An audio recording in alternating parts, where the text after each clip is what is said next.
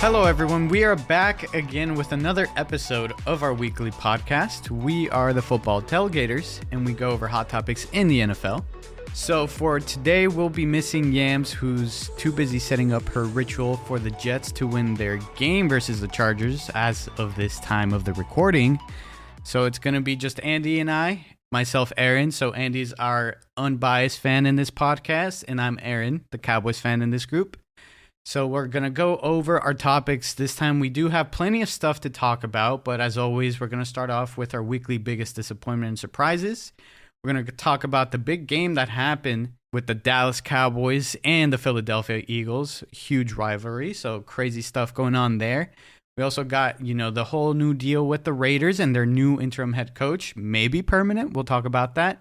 Also, the Dolphins, we're going to question their legitness in this league. And also, we're going to talk about some draft potential, specifically, I should say, with Caleb Williams. And some extra stuff. We're going to talk about some NFL teams and if they're Super Bowl ready now that we're basically halfway through the season. And yeah, so we got some fantasy updates and some week 4 picks. So let's start right away with our weekly biggest disappointment. Andy, why don't you start us off with that? What's your weekly biggest disappointment? The Buffalo Bills, they seemed like a team that has no way of how trying to figure it out to just get to that level to beat all of these elite teams. Last night, we saw them struggle against the Cincinnati Bengals. They couldn't get things going. And I know these teams have played each other before, and they just cannot get over that hump. And a lot has to do with Josh Allen. He doesn't get the ridicule that he deserves, for one. And also the coordinator, the offensive coordinator, is not putting positioning players to succeed. We saw Stephon Diggs getting really frustrating, leaving in halftime saying, "I'm not even sweating." So yeah, Buffalo Bills have a lot of issues.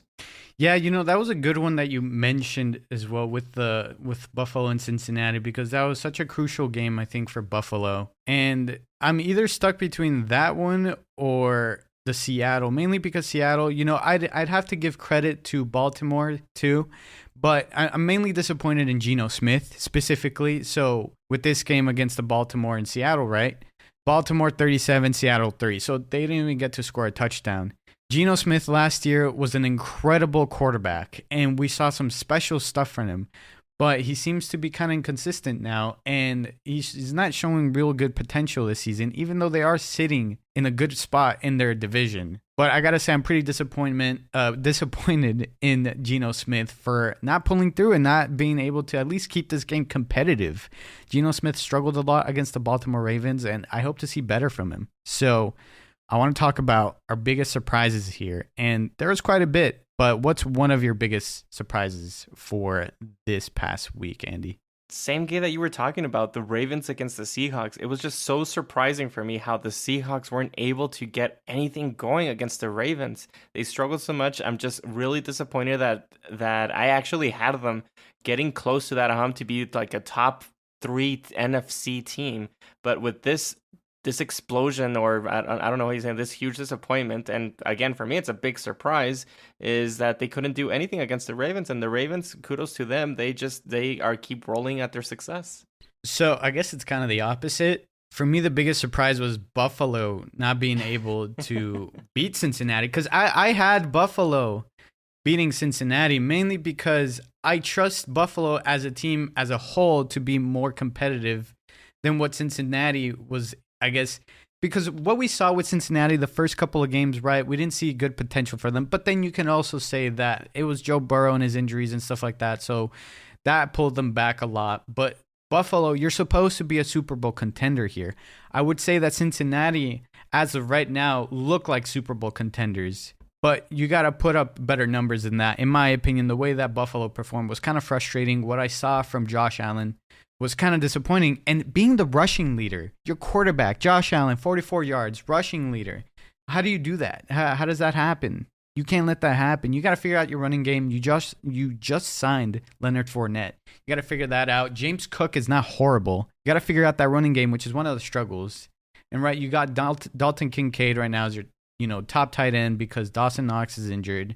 And I think Kincaid is pretty good. You got some good weapons. You got to figure out how to get it more to Stephon Diggs more efficiently, even though they've been pretty efficient with him. And also the defense needs to step it up as well. So I would say that's probably my biggest surprise. I would say Buffalo, they need to do better. And I think they can, but they need to figure some stuff out over there. Let's talk about one of the biggest games of Week 9. For me specifically, too, as a Cowboys fan, obviously, I always say this. So a lot went on with the Cowboys, and I don't even know where to start. It's always these games where my mind just races, and it throws a whole lot of questions. And I try to avoid social media, but, sometimes I can't avoid it because it's so interesting to me the way I see these Cowboys fans react, and obviously the Cowboys haters and all the stuff they say, right? So this Cowboys game versus the Eagles, this was a huge game for the Cowboys. Let me just say this. I think for the Cowboys, this was a very, very important game for them to win because of what happened in the past, right? Them losing, especially against the Cardinals, a game they weren't supposed to lose. So they put themselves in a position where this game is a crucial game for them to go throughout this season, right? So they had to win this game, and they didn't. The Eagles win this 28-23, and it was a really close game, and there's a lot to unpack. So I guess I'll just expand upon that after I ask the question. So I'll start off with this question. For the Cowboys, are the Dallas Cowboys not Super Bowl contenders? As of the moment, no. I've been saying week by week that this team is just not ready for it. I gave them a little bit of a spark because they did a little bit of an offensive scheme change with incorporating Cooks more. But last week, even though Dak Prescott played phenomenal, it just seemed like they just are still some situations that are not ready to just win. Like championship teams get over those mistakes that they went through yesterday. They couldn't get they couldn't convert. They had boneheaded penalties. The offensive line steal just was, I don't know. It seemed like he was just flopping all the time. And even the tight ends not running the right routes, that they were just short by inches.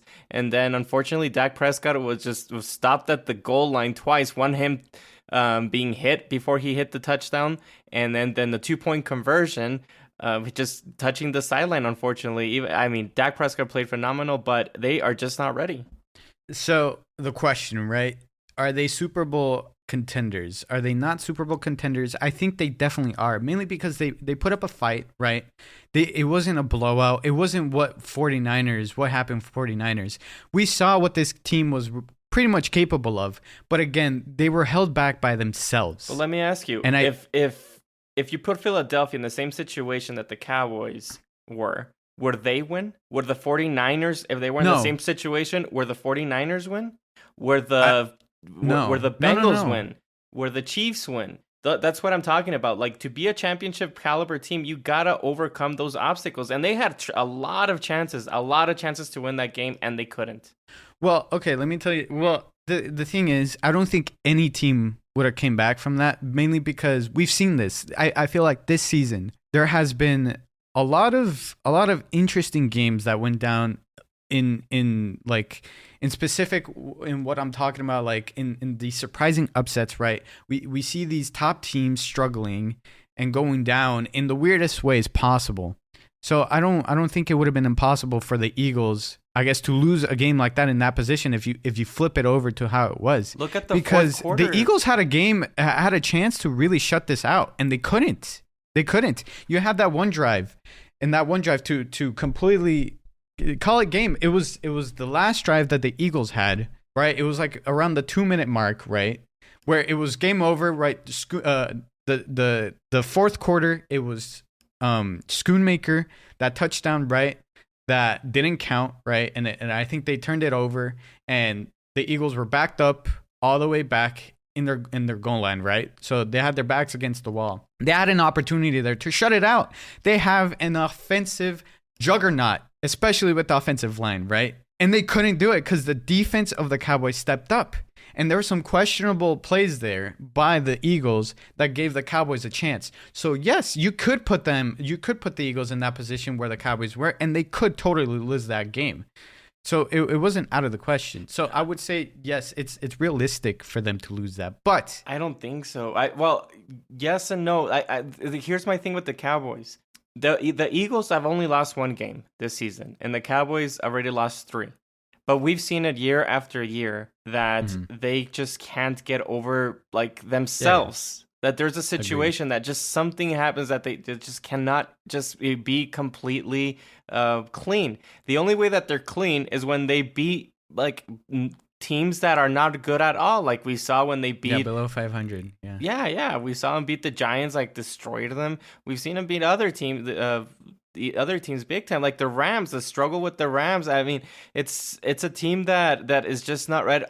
That is not ready. I don't trust them. Basically, even if the players play really hard, there's just something that just doesn't go their way. The Eagles, they had like very little yards in the fourth quarter. They didn't have that much time of possession. They had like 3 fumbles throughout the whole game, and they recovered all of them. Well, that's pure luck at that point. It's pure luck, right? When you're talking about the fumbles. Yeah, the fumbles. And you know what? They gave the Cowboys like so many chances on the last drive. They had a pass interference, and that was called. They had a personal foul, roughing the passer, and the Cowboys went all the way like to the 10-yard line. And because of their mistakes, they had with a little bit of time left, they had a sack because of steal, and they had also another penalty called on them, like a false start.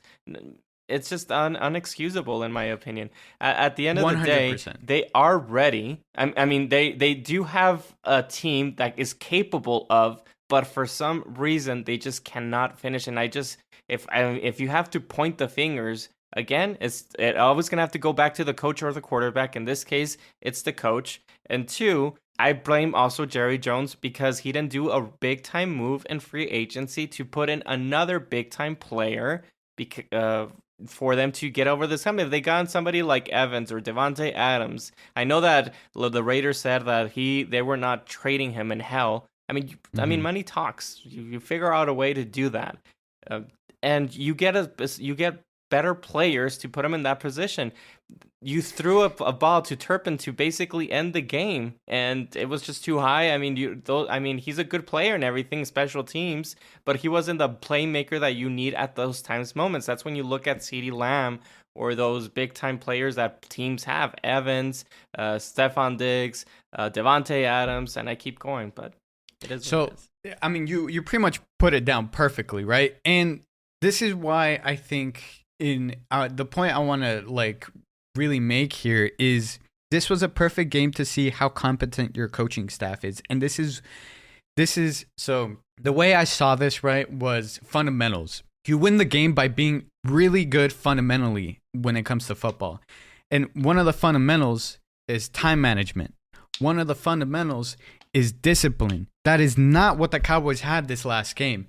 Stupid mistakes cost them that. When they literally had them gifted the game, it was like 12 yards away at some point to win this stupid game, and they couldn't win it because of lack of discipline and fundamentals when it came to time management. Mike McCarthy, what are you doing with this time management? It's always been an issue with him, and he still hasn't fixed it yet.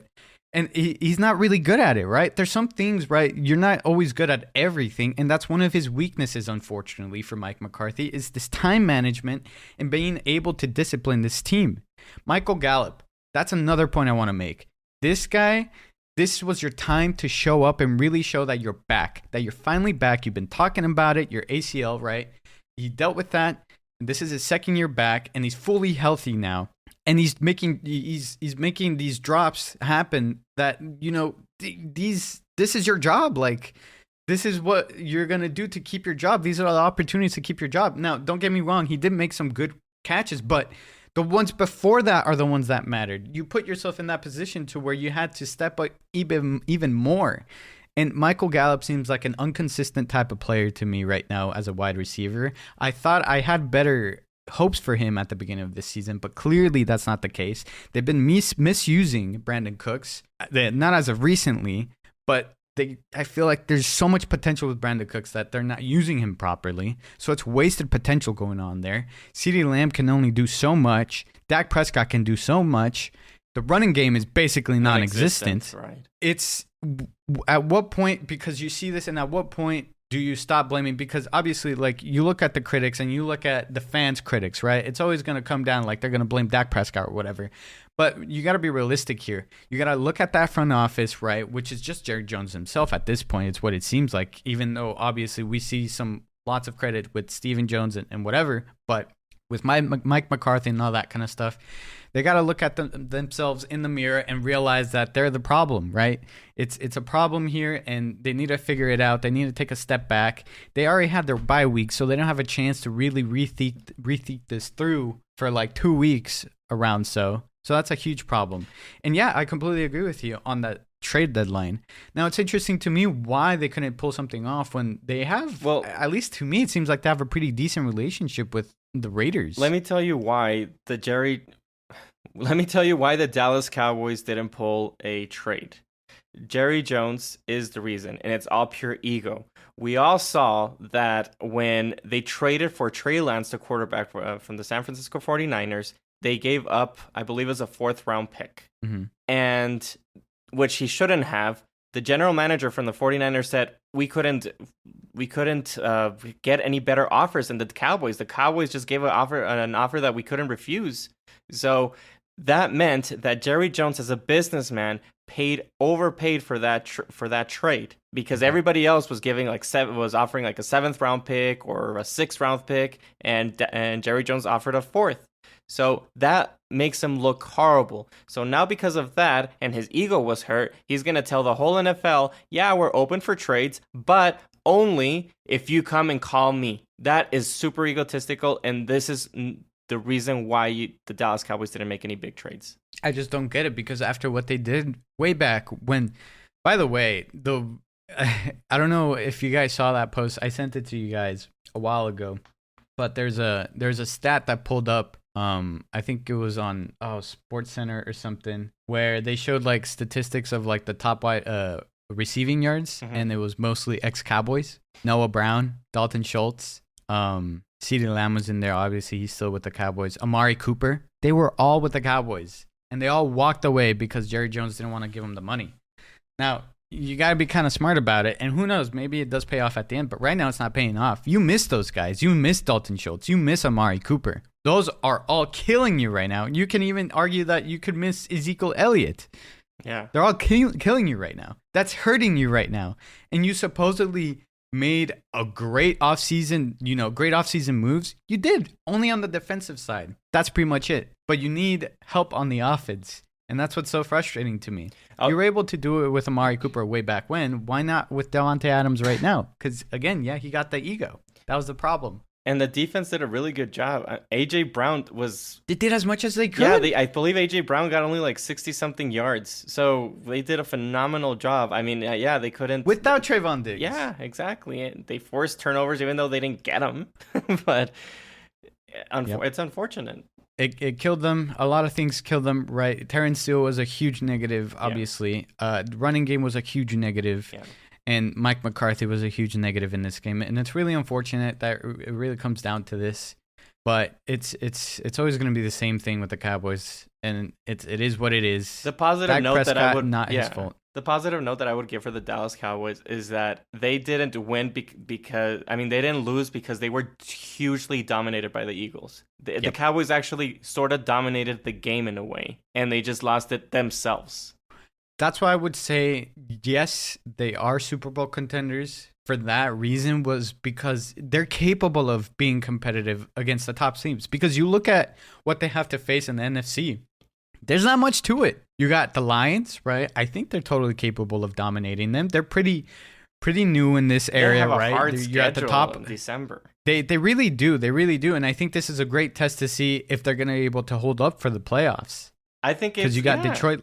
Yeah. It's a great way. It's a great difference to see if they're able to continue, because they're gonna have to play hard every single week without like pushing break. And we've seen in prior years that Dallas kind of has an easy schedule in December, and people like Cowboys fans are like, oh, well, I mean, that's good, and then that can be ready for the playoffs or whatever, and it just stamps them to go to the playoffs. And in this case, It's like you have to play hard every single week until you get into the playoffs and continuing. And that's sort of kind of like how the Patriots played when Tom Brady was there. Every single week they would destroy whoever they would play. They don't push the gas brake. And it seems like the Cowboys sometimes push the brake. And that's what we saw in some games earlier this season. So we'll see. Yeah. I think later, the second half is, you got to seize the moment at this point. You can't lose. You can't drop any more of these important games.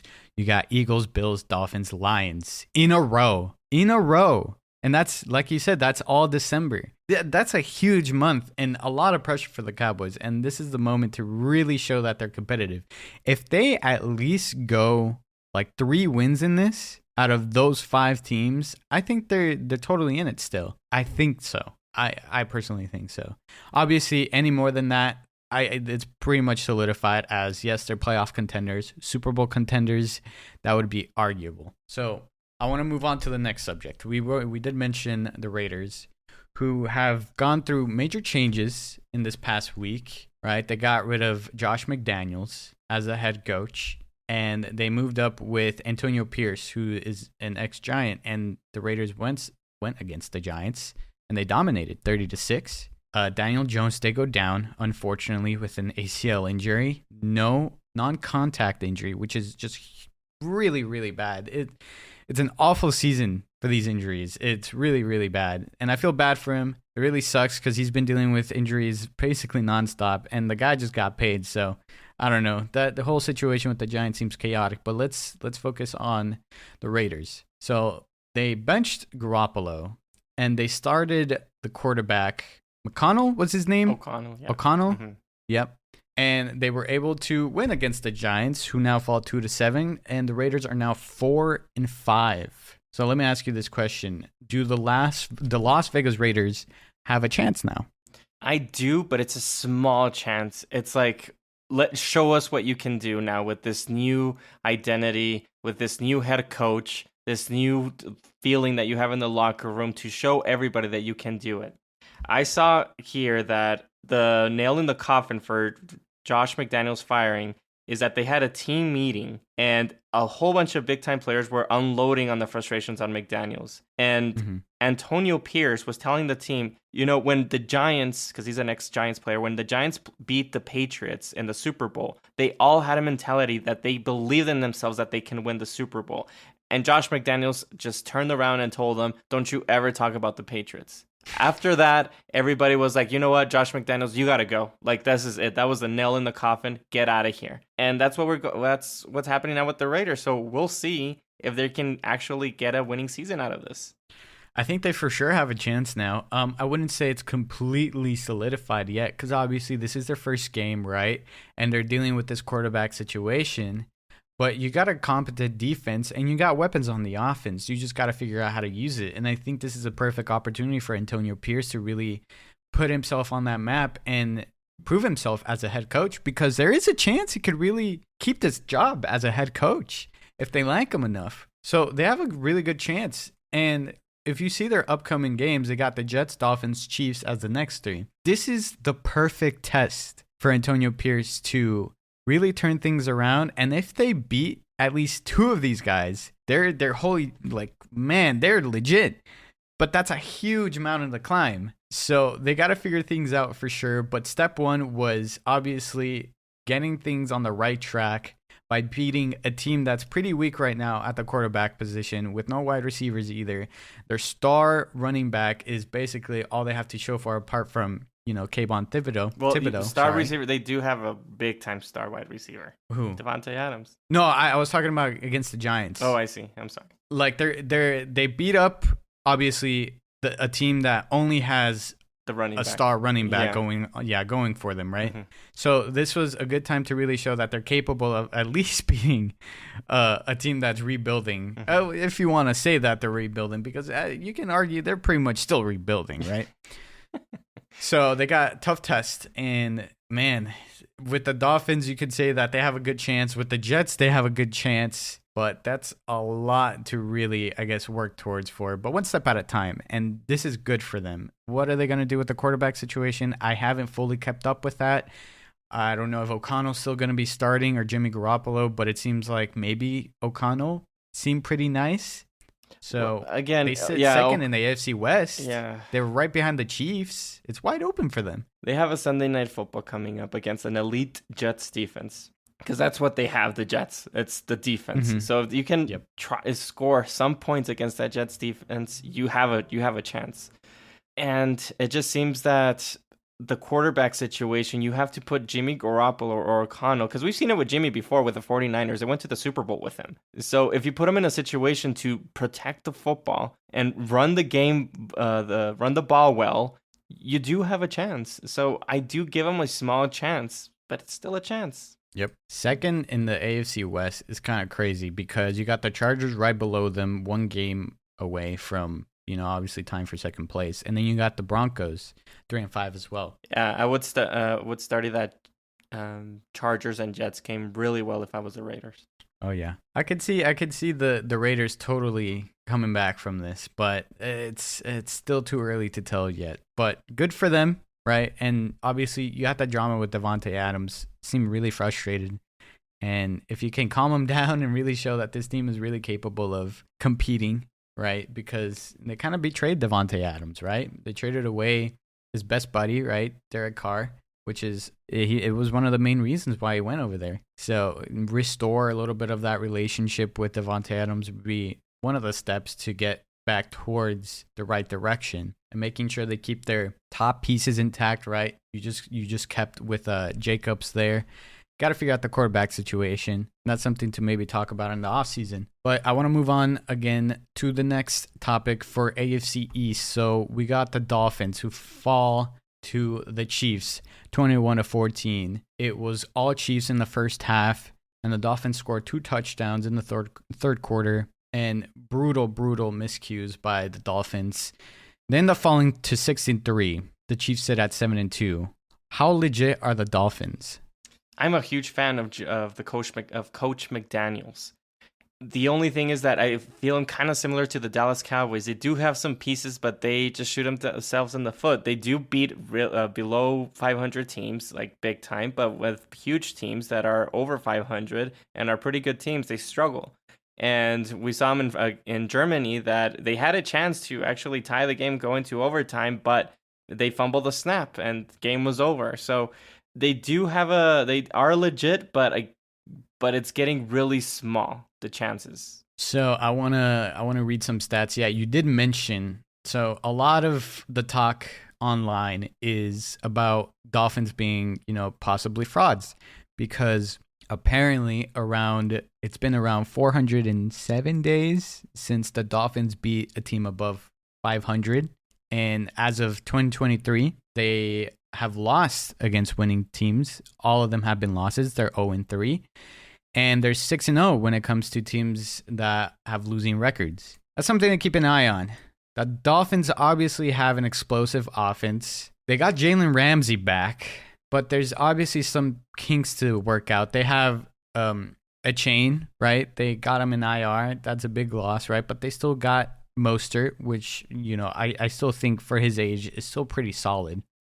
And obviously you got Jalen Waddle, Tyreek Hill, right? And Tua's playing pretty good. And it's just, they're shooting themselves in the foot. And they're not, I can't really count them out just yet.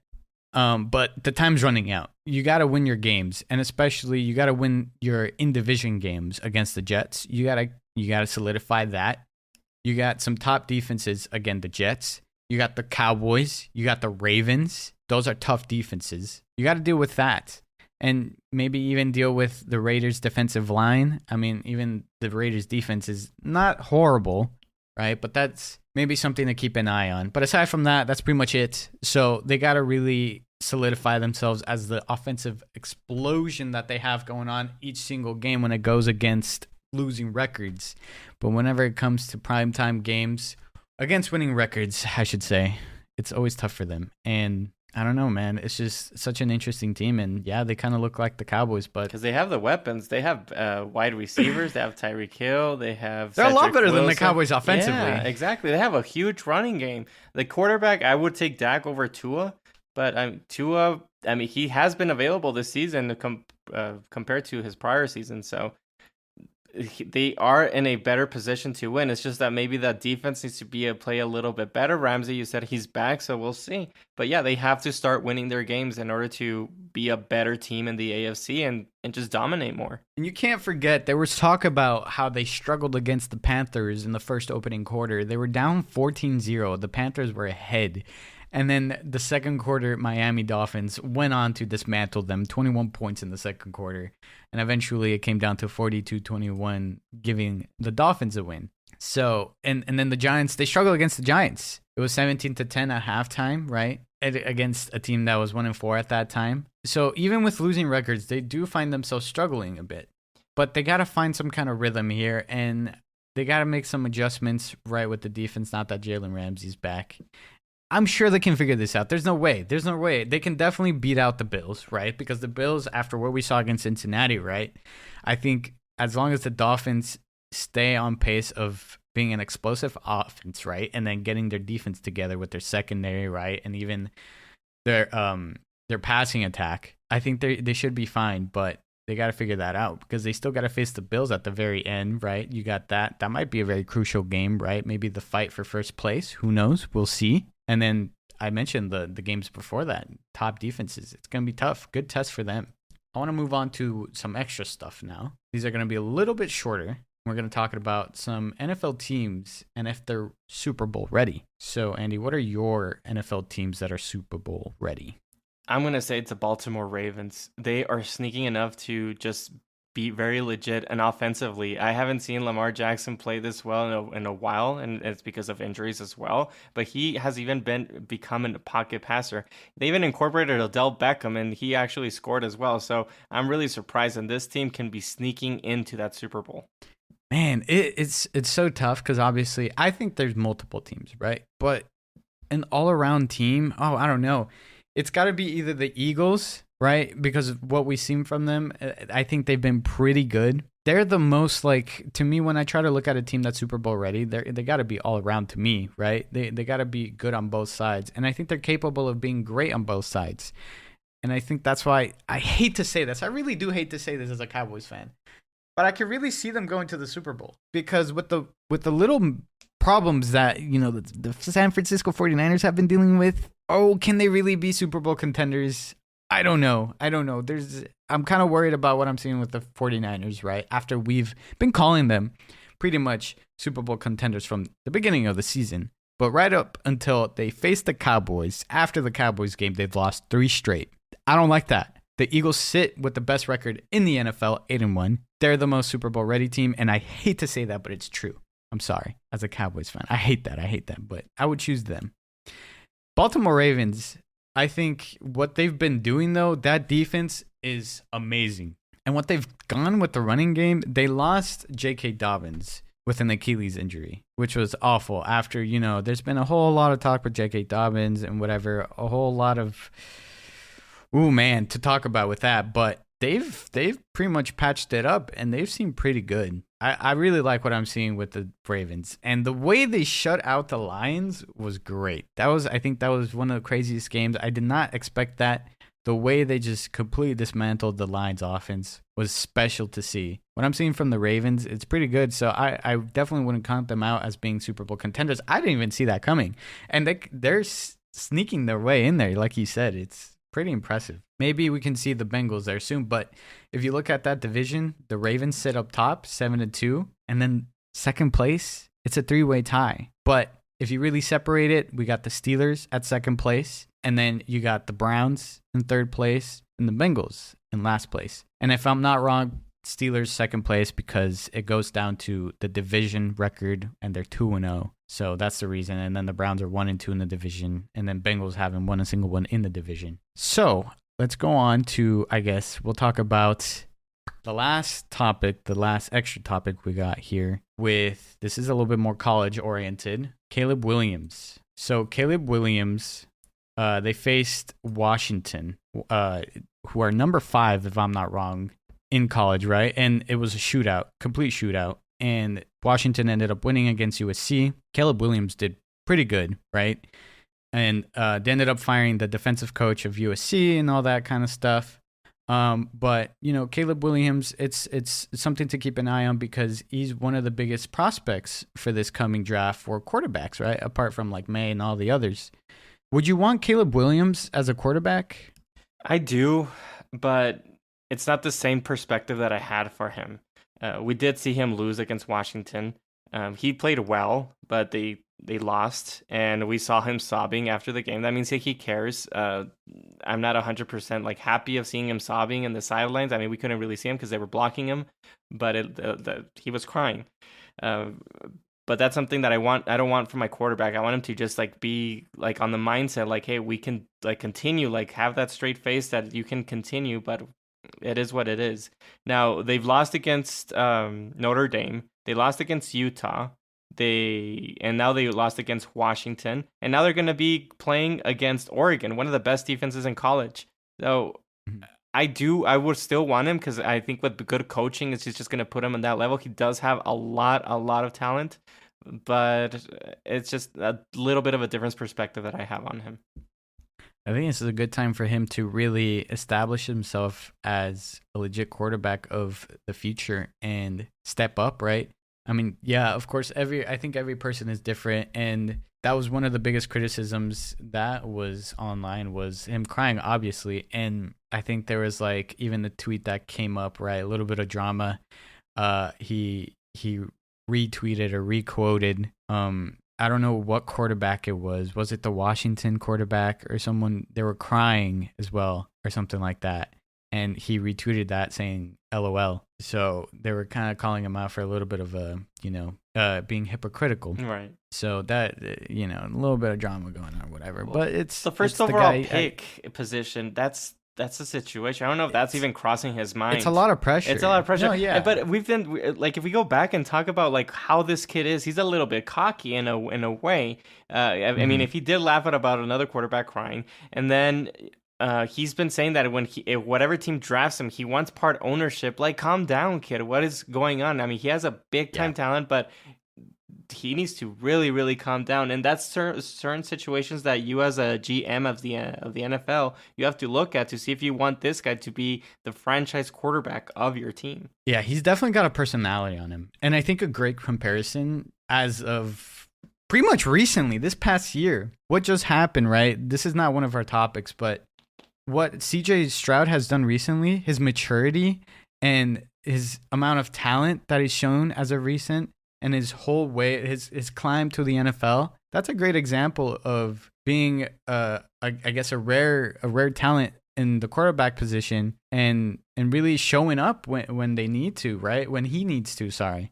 And it's a good example of what to go off of. But, this just happened, right? So this is all kind of new. So for I guess, Caleb Williams, him having that kind of personality, I think he wants to really stick out and be his own type of person, right? He wants to be one of a kind. He wants to be different, right?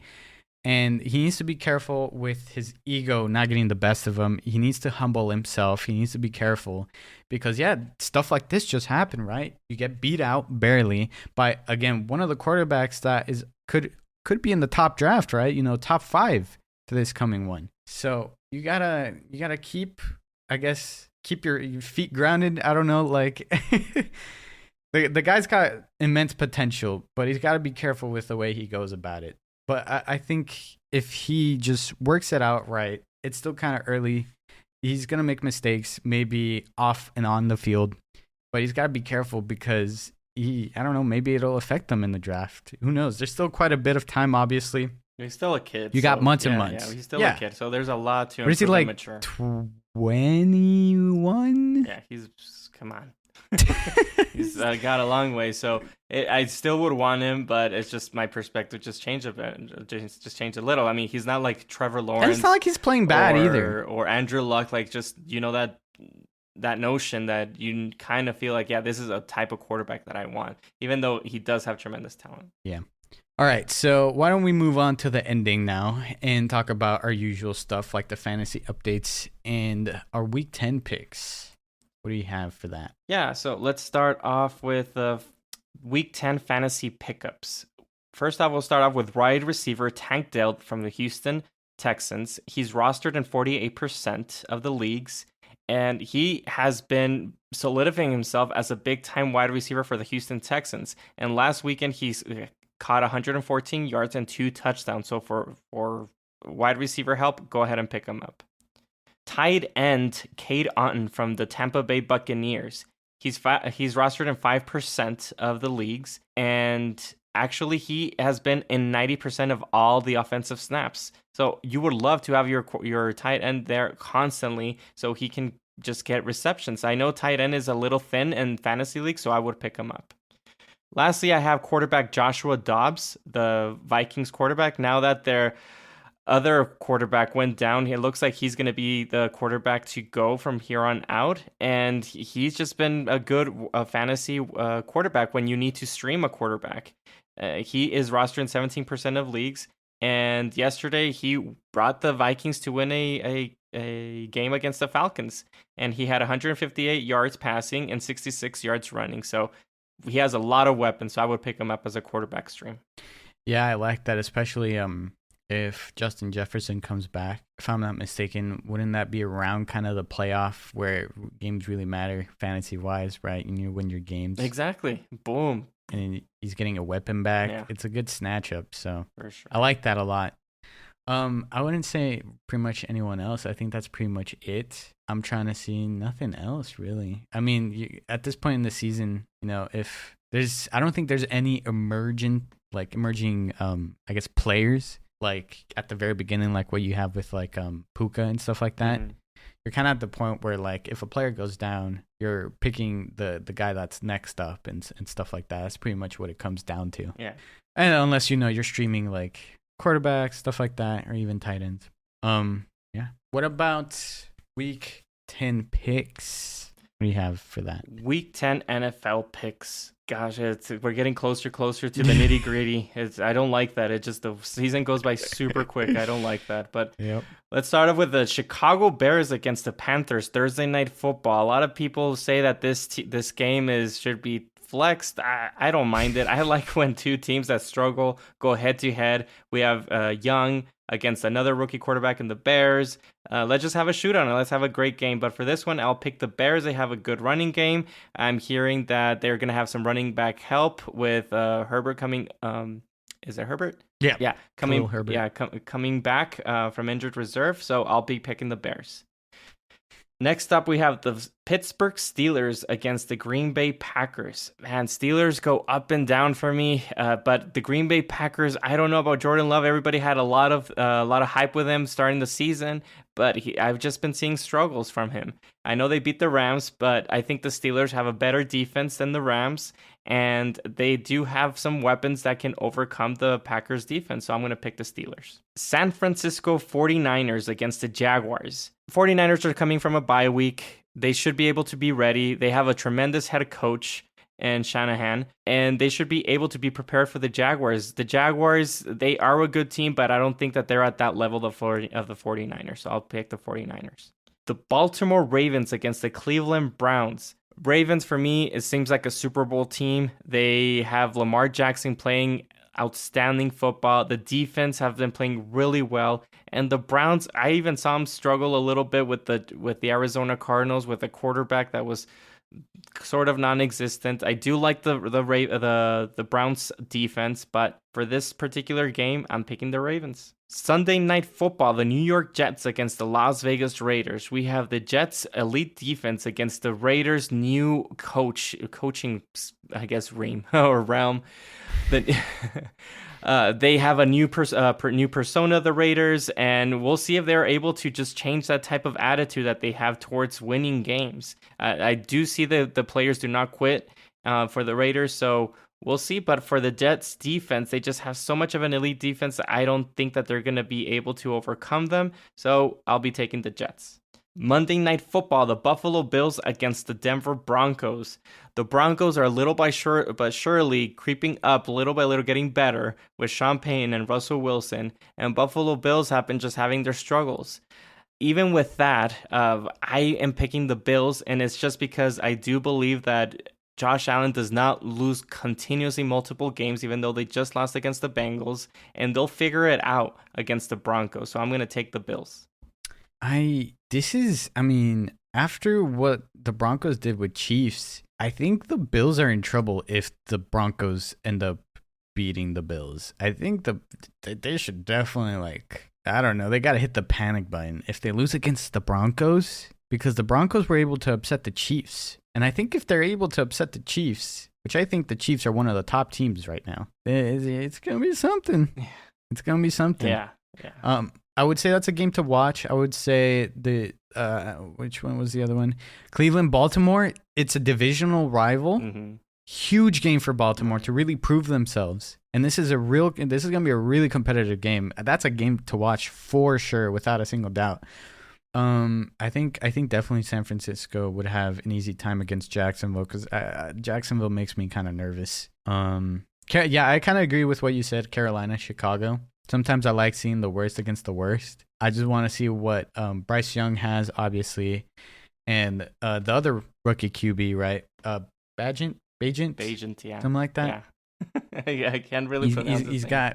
He's got to prove himself. I want to see the Houston-Cincinnati game, even though I have Cincinnati winning. After seeing what Houston was able to do against the Buccaneers, which the Buccaneers have a pretty good defense, Stroud was able to hold himself up. The only thing that I'm nervous about, and the reason why I think Cincinnati will win, is because Houston's running game is non-existent, so they're fully depending on Stroud and the defense to really pull through here. So that makes me kind of nervous, and that's why I think Cincinnati will pull that one through. But I would say those are probably the main games to watch: Cincinnati, Houston, Chicago Bears, Carolina, Cleveland, Baltimore, and Denver and Buffalo. You got Kansas City on a bye week, Miami on a bye week, Philadelphia, and the Rams on a bye week.